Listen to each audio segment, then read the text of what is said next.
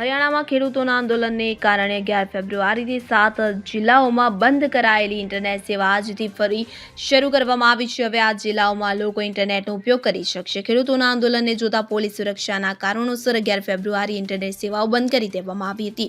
11 ફેબ્રુઆરીના રોજ સરકારે રાજ્યના અંબાલા, કુરુક્ષેત્ર, કૈથલ, જીંદ, હિસાર, ફતેહાબાદ અને સિરસા જિલ્લાના અધિકાર ક્ષેત્રમાં વોઇસ કોલ્સ સિવાય મોબાઈલ નેટવર્ક પર પૂરી પાડવામાં આવતી મોબાઈલ ઇન્ટરનેટ સેવાઓ, બલ્ક SMS અને તમામ ડોંગલ સેવાઓ વગેરે પર પ્રતિબંધ મૂક્યો હતો। સુરક્ષાને ધ્યાનમાં રાખીને 11 જિલ્લામાં કલમ 144 લાગુ કરવામાં આવી હતી, જેમાંથી હવે લોકોને રાહત આપવામાં આવી છે। હરિયાણાના 7 જિલ્લામાં ઇન્ટરનેટ સેવા પુનઃસ્થાપિત કરવાની સાથે રાજ્ય સરકારે સિંધુ ટીકરી અને ગાંધીપુર સરહદોના બંધ સર્વિસ રોડને પણ ખોલી દીધા છે।